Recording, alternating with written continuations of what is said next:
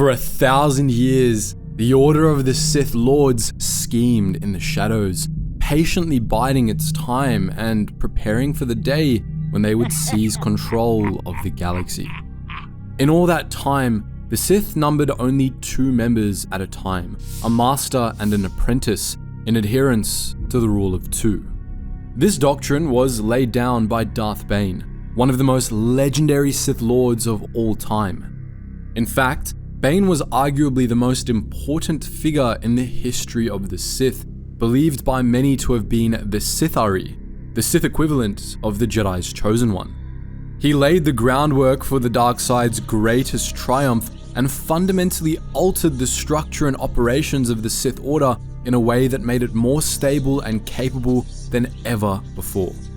But what made Darth Bane into the legend that he was? In this video, we'll be taking an extensive look at his story, as well as his beliefs and his own unique take on the dark side. Before we begin, let's quickly review the sources we're going to be using for this video. While the original version of Darth Bane's story, based on George Lucas's original conception of the character and additional story details added in the essential chronology, came from the comic arcs Jedi vs. Sith and Bane of the Sith, the definitive version of Darth Bane's story comes from the Darth Bane trilogy of novels, written by Drew Karpyshyn. These novels, Path of Destruction, Rule of 2, and Dynasty of Evil, retold, tweaked, and greatly expanded Darth Bane's story, and they'll be our main sources for this video. There are some inconsistencies between them and the older sources, but we're going to favour the novels when those conflicts arise, as they're the most recent Legends source. We're also going to be drawing from the Book of Sith, a source book written by Daniel Wallace. As always, we recommend you purchase these books and support their authors, and with that out of the way, let's begin.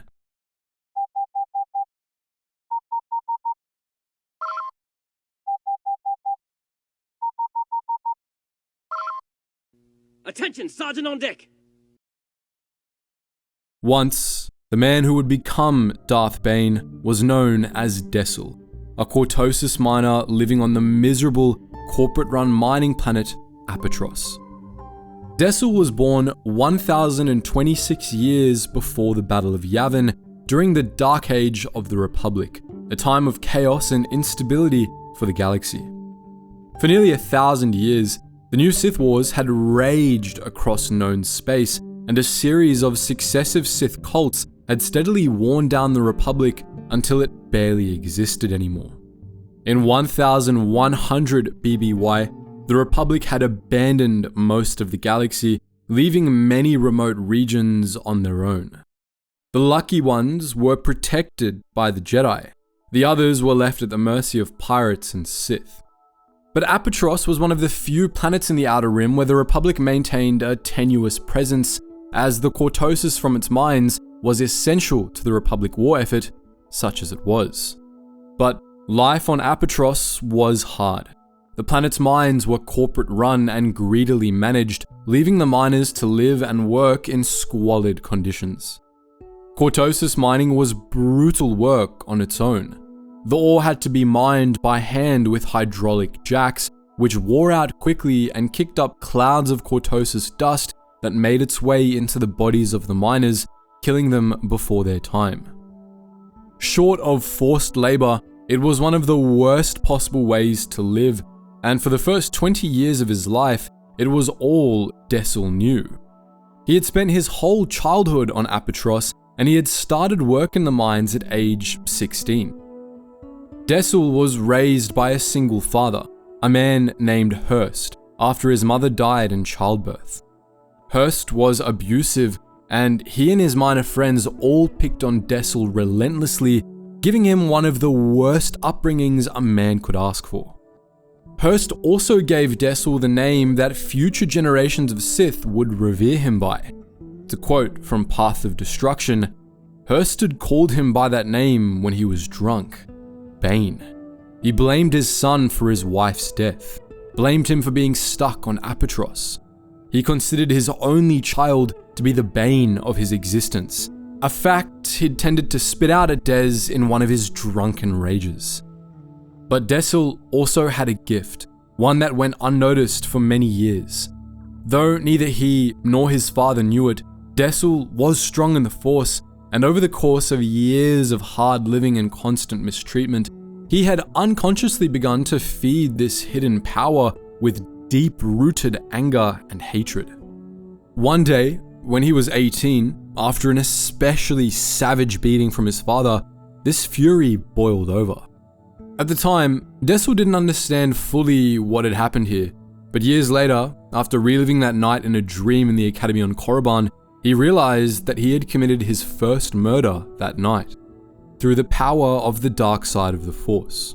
To quote from Path of Destruction, "If you're going to beat me tonight," Des said, "remember that it might be the last time, old man. You better make it a good one." Hurst did. He lit into his son with the savage fury of a bitter, hopeless man.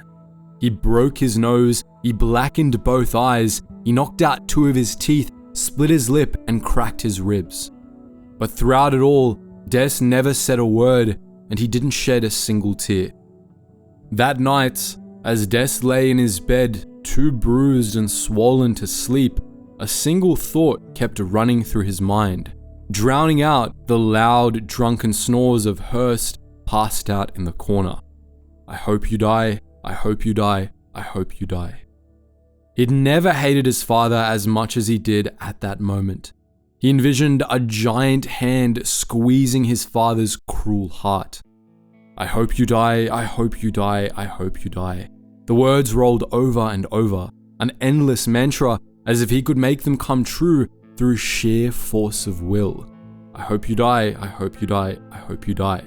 The tears he'd held back during the brutal thrashing finally came, hot drops streaming down his purple, swollen face. "I hope you die, I hope you die, I hope you..."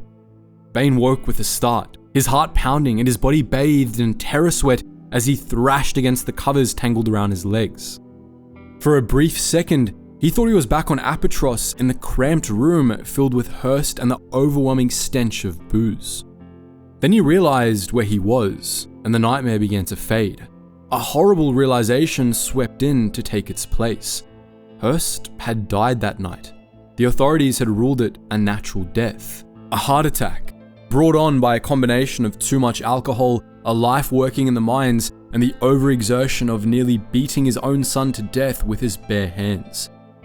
They never suspected the real cause, and neither had Bane. Not until now. After Hurst's death, Dessel's life improved a bit, but life on Apatros was still hard, especially now that he was on his own. Hurst's old friends still harassed him, but as Des grew stronger and tougher, he only had to beat a few of them in fights to get them to ease off.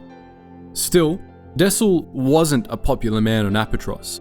The older miners still detested him, and he made many more enemies due to his skill at gambling. One night, on the 5th anniversary of his father's death, he made enemies with the wrong opponent, and his life would change forever. That night, Des had decided to gamble against an ensign in the Republic Navy, goading the man all through the match before winning a large pot in a nearly statistically impossible manner. The ensign flipped out, and when Des went home that night, the ensign and 2 of his fellow soldiers mugged him on the street. Des killed the ensign in self-defense with the soldier's own vibroblade, and in the process, he wound up on the wrong side of Republic law. Hoping to escape arrest, he convinced Groshik, his only friend on the planet and the owner of the local bar, to smuggle him off Apatros. Now a fugitive from the Republic, Des decided that the logical choice was to throw his lot in with the Sith, and he did just that, becoming a soldier in the armies of the Brotherhood of Darkness. Dessel enlisted in 1003 BBY, during the last of the New Sith Wars, the War of Light and Darkness. This conflict pitted the Republic and its Jedi defenders against the Brotherhood of Darkness, yet another Sith faction that had united the New Sith after decades of infighting. Under Lord Skir Khan, the Brotherhood had risen to power by making radical changes to Sith ideology. Previously, the Sith had spent centuries fighting amongst themselves over who would claim the title of Dark Lord of the Sith, wasting their strength in the process. When Khan rose to power, there were dozens of claimants scattered across the galaxy, and Khan was able to unite the Sith by recognizing all these claims. His brotherhood was built on the radical notion that all self-proclaimed Dark Lords would be equal within it, working together to conquer the galaxy. Khan's doctrine, overruled by the strong, claimed that strength and power were eroded by constant infighting, and that a degree of unity and equality were required for the strongest in the galaxy to maintain their power. This flew in the face of some of the core precepts of Sith ideology, and it meant that the Brotherhood worked a lot differently from prior Sith orders. But this principle also united the Sith, assembling it into a single, coherent army of the dark side, backed by fleets of capital ships and hordes of non-force-sensitive soldiers. When he left Apatros, Dessel became one of the latter, joining a unit called the Gloom Walkers in the Brotherhood's standard infantry. He fought in many battles, killed hundreds of Republic soldiers, and rose to the rank of sergeant, earning the respect and loyalty of the other soldiers in his unit. But a year after Des enlisted in the Gloom Walkers, he and his men were ordered to carry out a suicidal and poorly thought out assault in the Battle of Sith'ari. The commander of the Gloom Walkers refused to question the order for fear of the Sith Lord who had given it, and so Dessel staged a mutiny, incapacitating the commander and taking command of the unit. Dessel came up with his own plan, and he led his soldiers to victory. When the Gloom Walkers returned to the camp, however, Dessel had to answer for his actions. He was arrested by Sith enforcers and taken to Lord Kopetz, one of the leaders of the Brotherhood. But Kopetz had no interest in executing Dessel. He sensed the man's strong connection to the Force, and he invited Des to train at the Sith Academy on Korriban, where the Brotherhood trained its greatest students to be Sith Lords. Dessel accepted, and on Kopetz's suggestion, he took a new name to symbolize his rebirth in the dark side. He chose the name Bane in memory of his father's cruelty, and he began training in the ways of the Sith. On Korriban, Bane trained hard and quickly surpassed many of the other students, becoming gifted in lightsaber combat and use of the Force. He trained under Lord Cordis and Lord Qasim, the Academy's headmaster and blade master respectively, and also studied the teachings of ancient Sith Lords from the Academy's archives. After several months, he killed a fellow apprentice, Forog, through the use of the dark side in a training match, and instead of being punished for it, he was praised by Cordis and Qasim for his power, and the instructors at the Academy began giving Bane special attention. But the murder of Forog and Bane's subsequent realization that he had killed his father weighed on him. He began to have doubts about the way of the Sith, and his connection to the dark side diminished. He was thrashed in a duel with the apprentice Sirach and began to fall behind. But this only strengthened Bane's resolve to become a Sith Lord, and as Cordis shunned him for his failure, Bane turned to the archives, learning more about the history of the Sith and ways of the dark side. These studies convinced Bane that the Brotherhood of Darkness was flawed and weak, as he believed was proven by the fact that Lord Khan forbade the use of the ancient title Darth, believing it to be a source of rivalry and infighting. Redoubling his efforts, Bane secretly received special training from Blade Master Qasim and a fellow student, the Jedi deserter Githany. With their help, he utterly defeated Sirach. After this, Cordis began to fear Bane's growing power and doubts about the Brotherhood, and he forbade him from accessing the archives anymore. In response, Bane left on a pilgrimage to the Valley of the Dark Lords, where he sought answers in the tombs of the ancient Sith. But Bane found these tombs empty and dead to the dark side. Korriban had long ago been looted by grave robbers, and there was no remaining old Sith presence there. Bane concluded that the spirits of the Sith Lords of old were ashamed of the Brotherhood, and that the dark side had abandoned Korriban as a result. Upon returning to the Academy, Bane learned that Lord Khan had ordered all the students be raised to the title of Dark Lord of the Sith and brought to Ruusan, where the Brotherhood was committing all its greatest students to a bloody campaign against the Jedi's army of light. But Bane refused the summons. Instead, he openly claimed the title of Darth and stole Lord Quartus's ship, the Vulsin. He used the ship to fly out into the unknown regions to a planet he had read about during his studies into the archives, Lehon, known also as Rakata Prime.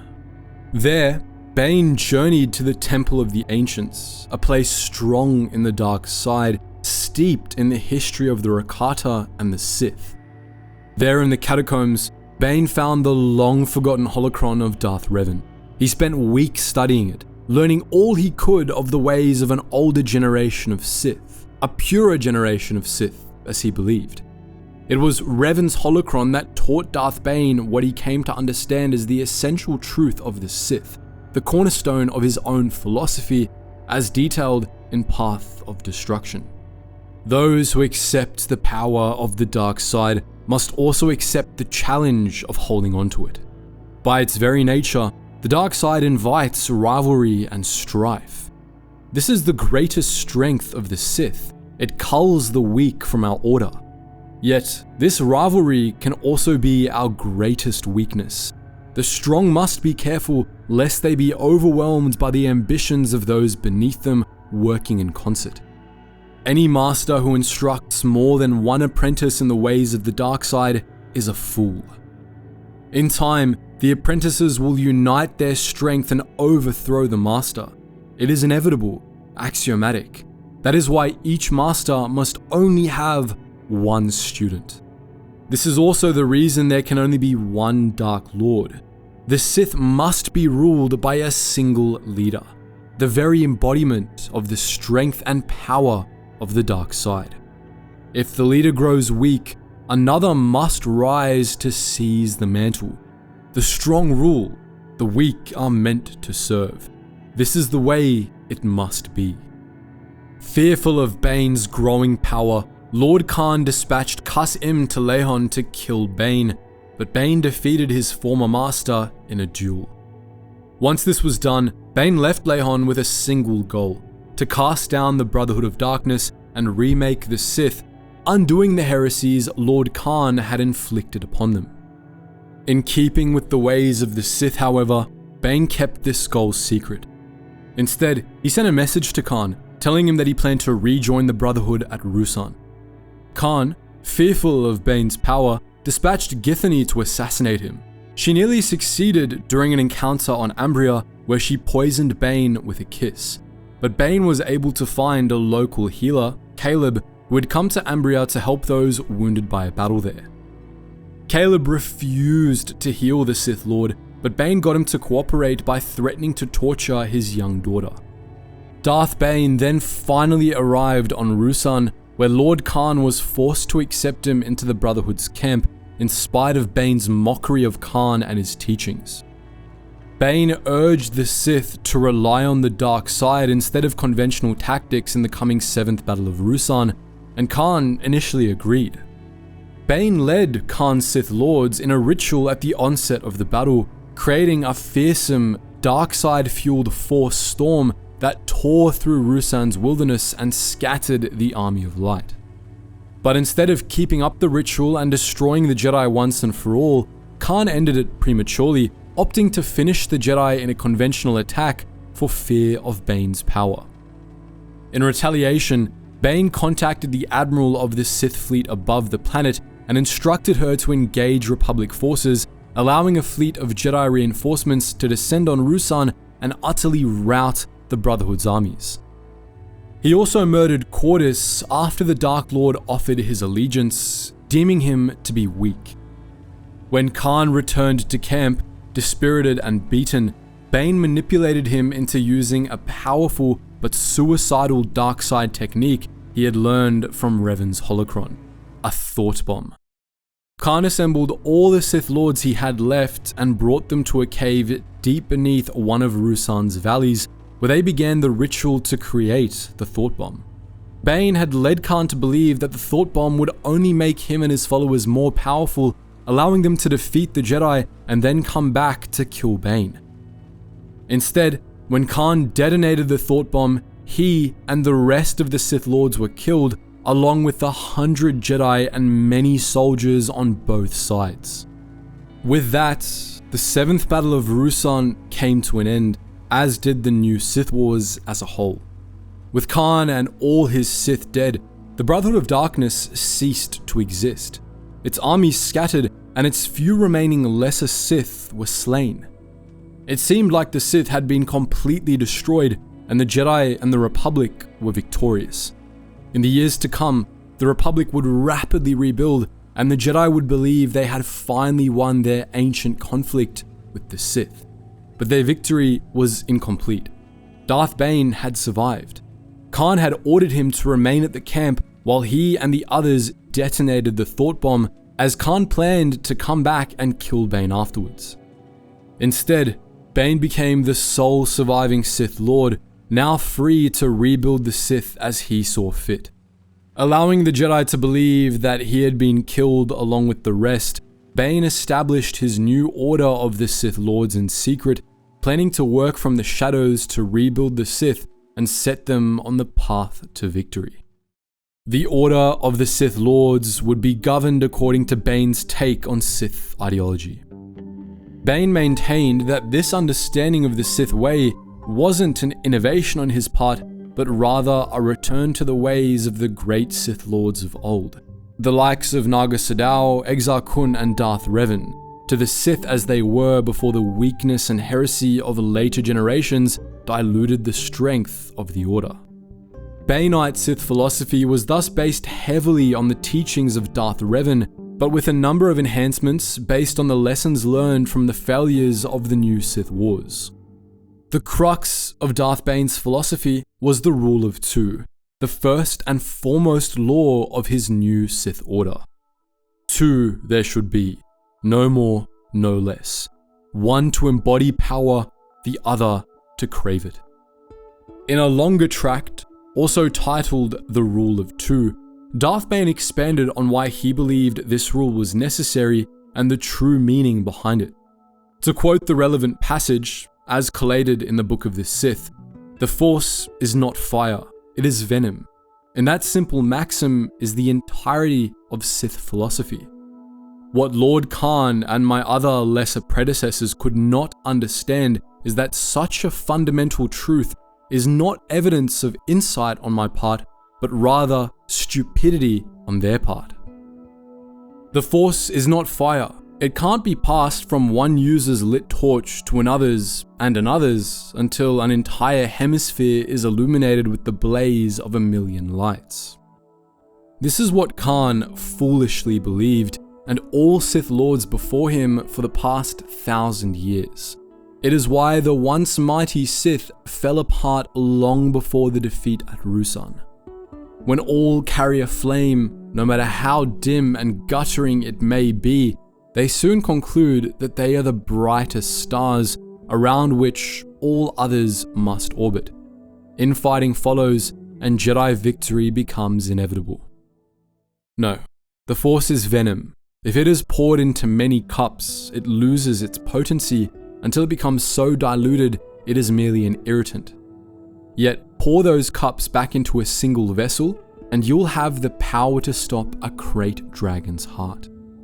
This is the secret. This is the Rule of Two. One Sith must contain all the power of the dark side. Our master must decide how that power shall be used. Sharing power is an act of weakness and a violation of the Sith code. Yet, the Sith Order must survive after the master perishes. For this reason, the master takes an apprentice. The master instructs the pupil but never gives up the smallest sliver of power. The apprentice learns through years of study but must struggle for every achievement. If the apprentice becomes strong enough, a battle to the death will prove it. If the master should be struck down, the apprentice becomes the master, and the order continues. Together, the two may attract legions of minions, but true power will remain concentrated. Always two, a master and an apprentice. Bane drafted this rule with the history of the new Sith Wars fresh in his mind. For 1,000 years, the Sith had hamstrung themselves at every turn with constant infighting. Many great and powerful Sith Lords had risen during the New Sith Wars, but many of them had been killed by groups of their own apprentices, weaker Sith who banded together to take down stronger opponents. By the very nature of the Sith, this was inevitable. Treachery was the way of the Sith, fundamental to the dark side. Apprentices killing their masters had long been a Sith tradition, as the Sith thought it ensured that the strongest always ruled. But when there was more than one apprentice, they were incentivized to team up to take down a stronger master. When this happened, a strong ruler would be replaced with a weaker one, and the strength of the Sith would be diluted. Treachery was the way of the Sith, but for millennia, it had only made the Sith weaker. Sith Empire after Sith Empire was undone by infighting, even on the verge of victory over the Republic. Lord Khan tried to resolve this by making a Sith order in which all Sith were equal, reducing infighting, but in doing so, he betrayed the very core of Sith belief. The dark side was about the eternal pursuit of ultimate power, so that the strongest may always rule. To declare all Sith Lords equal was to abandon the very nature of the Sith. Per the last line of their code, the Sith were supposed to use the Force to free themselves from all restrictions, and yet Khan's followers were willingly placing restrictions on themselves. As Darth Bane believed, Khan's Brotherhood was not Sith, but just a dark reflection of the Jedi Order. This was the greatest obstacle the Sith faced in their long history, the fundamental contradictions of their own ideology. But Darth Bane's rule of two resolved that problem, ensuring that treachery could only ever make the Sith stronger. In theory, if there would only ever be two Sith Lords, only the stronger of the two could ever kill the other. If a master killed their apprentice, then the apprentice was too weak to be a master. If an apprentice killed their master, they would have surpassed their master and deserved the title of Dark Lord. As Darth Bane recognized, this was the only way a Sith Order could be stable long term. Of course, the rule of two also forced the Sith to change their approach to seizing power. An order of just two Sith couldn't challenge the Jedi Order openly. It would have to work from the shadows, slowly toppling the Jedi and their Republic through cunning instead of brute force. But Darth Bane believed that this was also for the best. For one, it was more in keeping with the teachings of the dark side, and historically, the Sith usually achieved better results through these methods anyway. But for another, Bane believed that it was simply more practical, as he wrote in the Rule of Two. The Sith of old brazenly and publicly announced their superiority.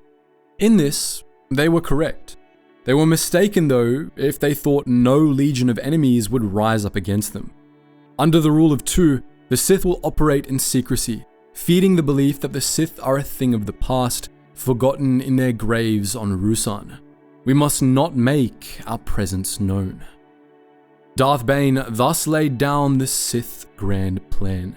A centuries-long scheme that would ultimately see the Sith exact their revenge on the Jedi and topple the Republic.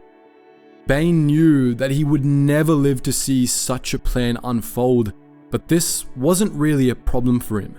He was loyal to the way of the Sith first and foremost, and the belief that his heirs would eventually triumph was enough for him.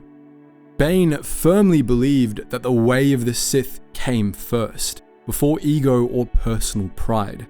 An ironically un-Sithy belief, but one that allowed the Order of the Sith Lords to endure and eventually win. Darth Bane was unique among the Sith, both for his total devotion to Sith ideology over himself and for the role he played in Sith history. He was a transformative figure, embodying all of the tenets of the Sith way and ensuring they would live on for centuries. He laid the groundwork for the eventual revenge of the Sith, and he was revered as the founder and first visionary of the Order of the Sith Lords. But many Sith believed that Bane had been more than that. They thought him to be the Sith'ari.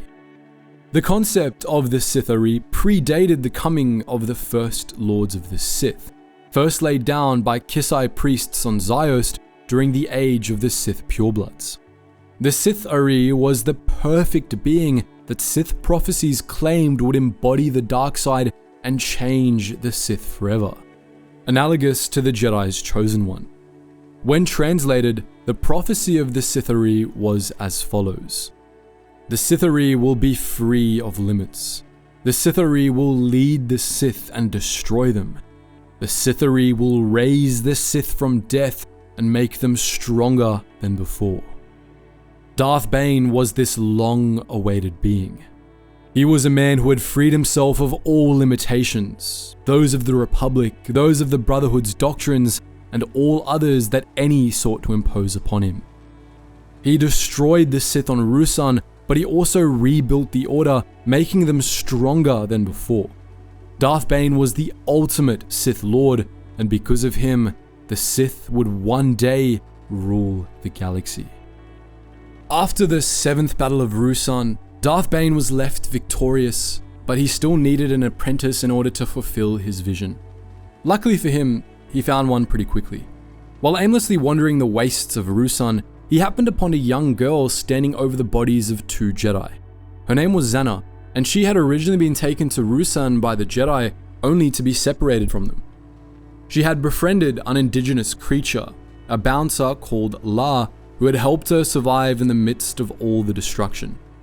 But La had been killed by 2 Jedi, and in a fit of rage, Zannah had killed them both. She was strong in the Force, and her fury was such that she'd been able to telekinetically crush the bodies of the 2 Jedi without any deliberate effort. Bane sensed her Force potential and the deep anger within her, and was impressed that she wasn't afraid of him, even after he revealed that he had murdered children before. When Zannah only responded that she was a killer too, Bane decided to take her as his apprentice. Bane challenged Zannah to make her way to the planet Onderon alone, where he would meet up with her in 2 weeks. If she made it, he could consider her worthy of the Sith. If not, he would find another apprentice. Meanwhile, Bane set out to Onderon's moon, Duxon, where he sought out the tomb of Frida Nad. There, Bane found Nad's holocron, but he was also swarmed by beetle-like dark side parasites called obelisks. These creatures burrowed into his skin, causing Bane considerable pain, and he found that he was unable to remove them. After learning about the creatures in Nad's holocron though, Bane recognized that these obelisks were an asset. Although their presence was excruciatingly painful, obelisk shells were lightsaber resistant, and the parasites pumped chemicals into his bloodstream, enhancing his rage, natural healing processes, and connection to the Force. As a result, Bane decided to let the obelisks stay and multiply. The creatures spread until they formed a suit of armor over his entire body, except for his head, which Bane wore a cage-like helmet over to keep them from spreading further. Bane then traveled to Onderon, where he met up with Zannah, who had made it to the planet. Bane named her Darth Zannah and officially took her as his apprentice, and the two relocated to Ambria, where they would spend the next 10 years living in a camp on the shores of Lake Narth. From there, Bane sought out relics and teachings of the ancient Sith, learning as much as he could and passing on what he knew to Zannah. He also took over IGBC accounts belonging to Lord Cordis, who had embezzled funds from the Brotherhood of Darkness to fund a lavish lifestyle for himself. Bane used these funds as the foundation for what would become a huge fortune, which he and his heirs used to fund Sith operations. Bane began by using some of the money to assemble an enormous network of informants and spies. During this time, Bane and Zannah worked to track down and infiltrate separatist groups, urging them to act, but not to weaken the Republic. Rather, the Sith wanted to convince threats to the Republic to destroy themselves, for reasons Bane explained in the following way in the novel Rule of Two. The Republic keeps the Jedi in check. It maintains control and imposes order across thousands of worlds. But if the Republic falls, a score of new interstellar governments and galactic organizations will rise. It's far easier to manipulate and control a single enemy than 20. That's why we must seek out radical separatist groups, identify the ones that have the potential to become true threats, then encourage them to strike before they're ready. We must exploit them, playing them off against the Republic. We must let our enemies weaken one another while we stay hidden and grow strong. One day, the Republic will fall and the Jedi will be wiped out, but it won't happen until we are ready to seize that power for ourselves. In 990 BBY, after Bane defeated the would-be Sith Heton and his Umbaran Shadow Killers, he learned the location of a Sith fortress on Tython, formerly the stronghold of Dark Lord of the Sith, Belia Darzu.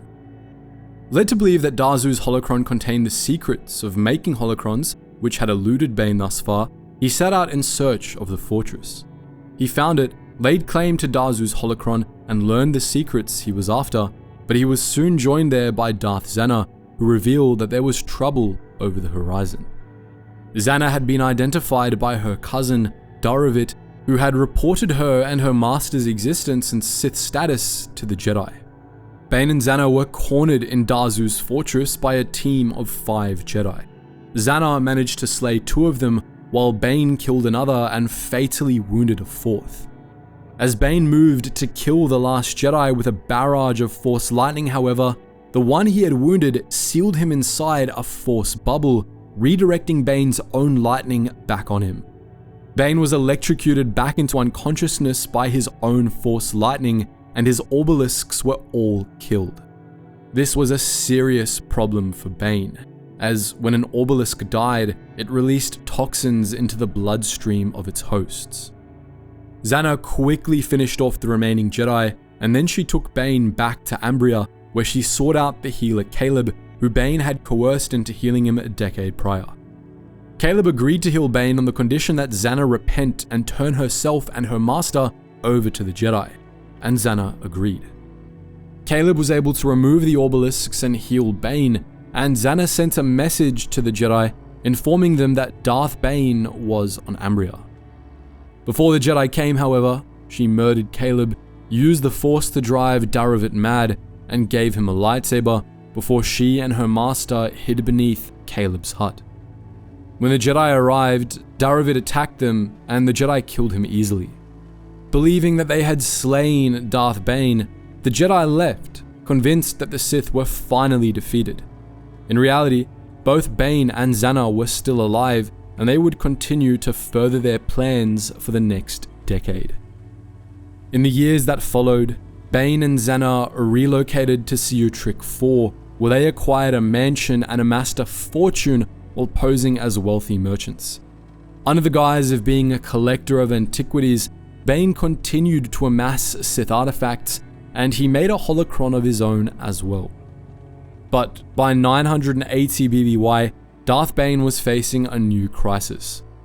His use of the dark side, combined with his injuries from the battle on Tython, was causing his body to wither before its time, but despite this, Zannah hadn't made a move. Bane feared that she was waiting until he was weak to overthrow him, thus defeating the purpose of the Rule of Two. In reality, Zannah thought that his growing weakness was a ruse he was putting on, a test to bait her into acting early. Bane feared that if Zannah didn't make a move soon, the Sith would die with him, and to that end, he set out in search of what many Sith before him had fixated on, the secrets of immortality. Bane traveled to the planet Prakith in the Deep Core, where he found the holocron of the ancient Sith Lord, Darth Anderdu. From the holocron, he learned the ritual of essence transfer, which would allow him to take over the body of another, so long as his will was stronger than theirs. This would allow Bane to live indefinitely until he could train up an apprentice to replace the apparently weak Darth Zannah. He then set out to find a new apprentice, but his quest was interrupted by a group of mercenaries led by a Force-sensitive Iktochi woman who subdued and captured him. They brought him to the planet Doan, where Bane was imprisoned and tortured by the planet's princess, Serra, the daughter of Caleb the Healer, who Bane had once threatened to blackmail her father. Serra had been haunted by that memory for 20 years since, and she was determined to avenge her father and exercise her trauma by making Bane feel what she had felt. But Serra was unable to break Bane, and he was ultimately able to escape. As he did, Darth Zannah arrived on Doan, but not to rescue him. She had learned of his interest in Darth Andadu, and she believed that he planned to live forever and rule over the Sith for eternity, which she considered a betrayal of the rule of two. The two fought, but they were separated when Serra activated the prison's self-destruct sequence, forcing both Sith Lords to flee. As he made his way back to his ship, Bane encountered the Iktochi woman who had captured him. Bane found that she was strong in the Force, and she pledged herself to his service, asking to be his new apprentice. Bane accepted, proclaiming her Darth Cognis, and the two of them pursued Serra to Ambria, where Cognis killed her. With just one loose end remaining, Darth Bane summoned Zannah to Ambria, demanding she come fight him to the death. Zannah agreed. She and Bane had told Cognis that whichever of them emerged victorious would accept her as their apprentice, and then the two fought, one last time. Bane's physical strength allowed him to disarm Zannah, but her mastery of Sith sorcery allowed her to counteract this. She created tendrils of the dark side, which wrapped around Bane and began destroying his body. In a last act of desperation, Bane attempted the ritual of essence transfer, attempting to take over Zannah's body through the power of the dark side. In the end, however, Zannah's will proved stronger than his. Darth Bane was defeated and utterly destroyed, and Darth Zannah became the Dark Lord of the Sith, taking Darth Cognis as her apprentice. Bane's body was destroyed, and his spirit was banished to chaos, but a sliver of it persisted inside Zannah's body, much as Bane's legacy and teachings survived through her as well. So, that was our look at Darth Bane, one of the greatest Dark Lords of the Sith. But what do you think? Are there other Sith Lords you'd like us to take an exhaustive look at?